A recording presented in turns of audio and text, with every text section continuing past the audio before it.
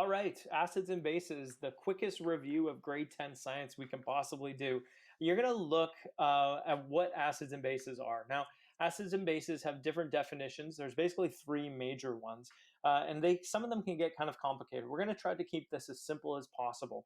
Okay, so acids and bases have different definitions dependent on the circumstances. We're going to be looking at kind of an operational definition. So, what are the properties of acids and bases, and transition into what's called the Arrhenius definition of acids and bases, and we'll get into it. So our first thing that we can classify a substance as either as an acid or a base is to use the properties of an acid and a base to classify them. So what do acids do? Well, acids will react with carbonates to produce carbon dioxide gas.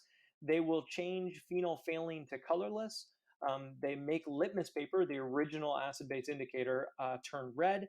Bromethymol blue goes yellow. Acids taste sour. They have a pH below 7, and they're going to react with most metals to produce hydrogen gas. Bases basically do the opposite of all of these things. So a base.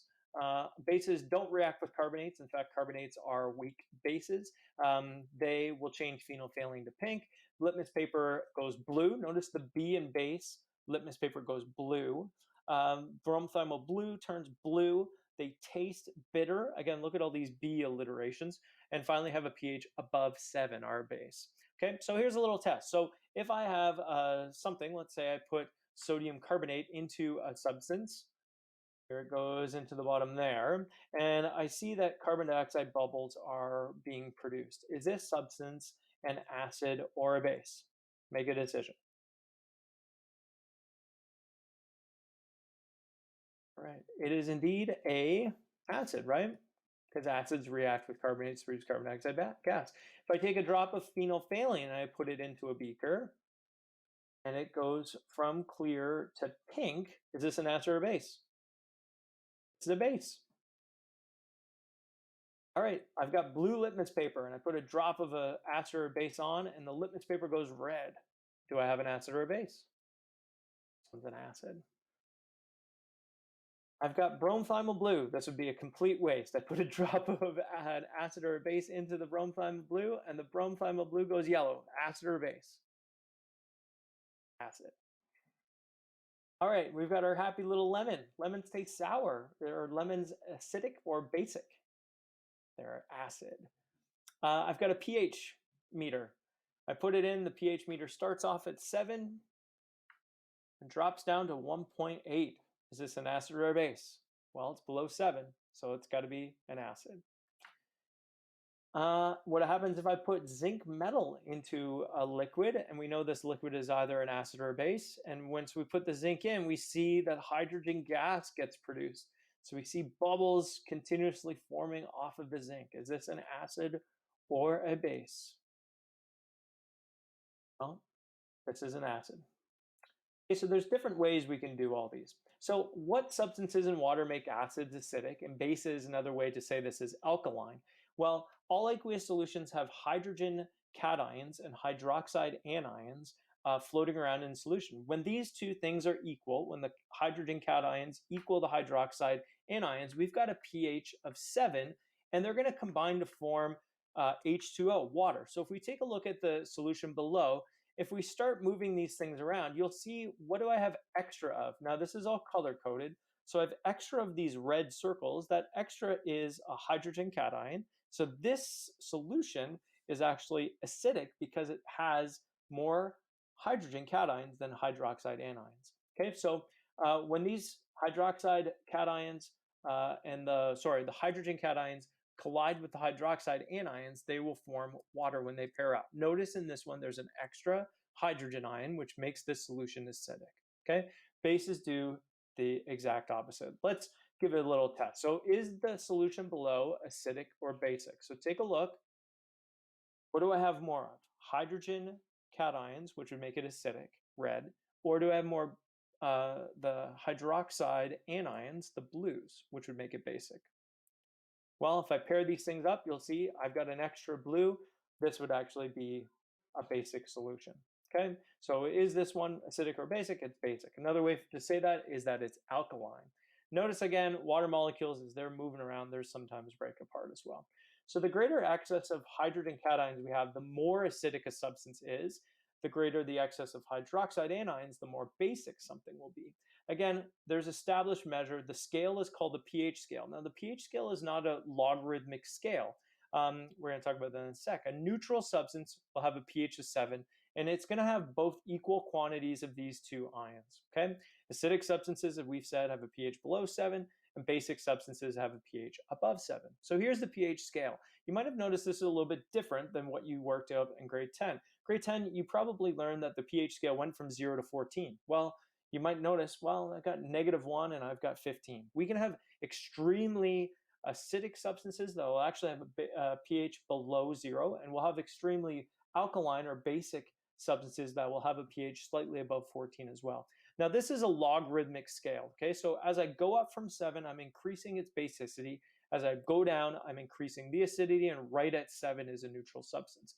Now, because it's a logarithmic scale, every jump here is actually 10 times more acidic or basic than the previous number. So again, it's not like a temperature scale. Little jumps in pH actually mean a lot. So since this is a logarithmic scale, a pH of 9 is 10 times more basic than the pH of 8. A pH of 12 is 1,000 times more basic than a pH of 9. So every jump we do is 10 times. So 10 times 10 times 10, there's my 1,000 times more basic. So how much more acidic is a pH of 1 than a pH of 5? Well, if we look from 5 to 4 is 10, 4 to 3 is 10, so I've got 100.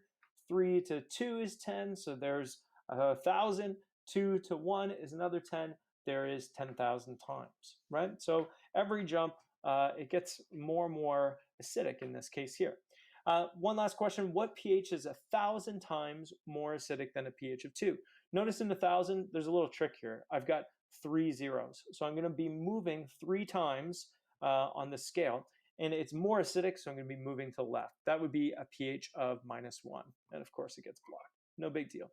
So in our pH scale, as I increase acidity, I've got more hydrogen cation than hydroxide. As I increase basicity, I've got more hydroxide than I have hydrogen.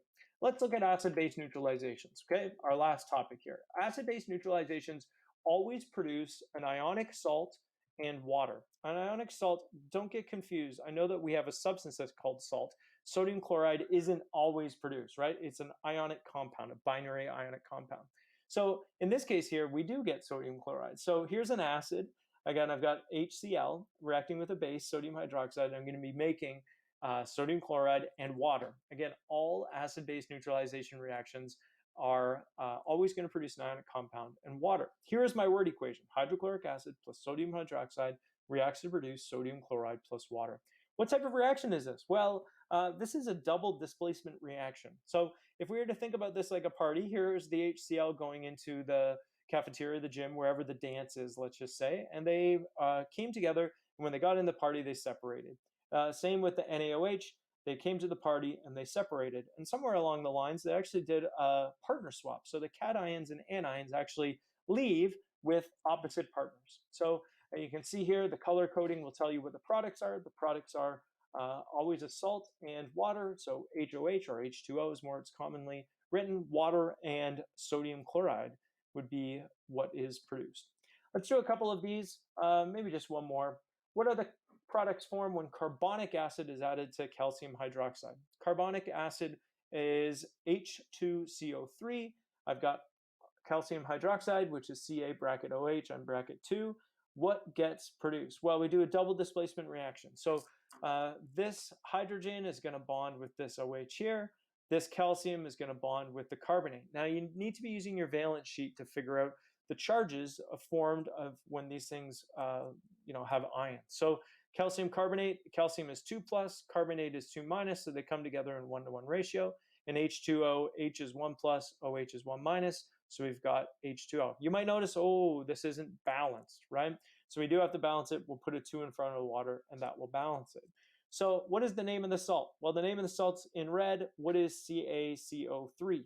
Well, this is calcium carbonate, aka chalk, gets produced in this acid-base neutralization. Let's do one more. Okay? Feel free to pause the video and things like that to try these out. So what are the products when nitric acid is added to potassium hydroxide? Okay, so let's start off with the balance equation. Nitric acid is HNO3, potassium hydroxide is KOH. and it produces KNO3 plus H2O. Now, again, this is what we want to do with this product. K is 1 plus, NO3 is 1 minus, so they come together in 1-to-1 ratio. Same thing with H is 1 plus, OH is 1 minus, so we've got water, H2O. And we have to say, is this equation balanced? Take a look. Is it balanced? It sure is. The salt's name is in red, and the name of the salt here is potassium nitrate. All right, we're going to end it off here. Little grade 10 review of acids and bases.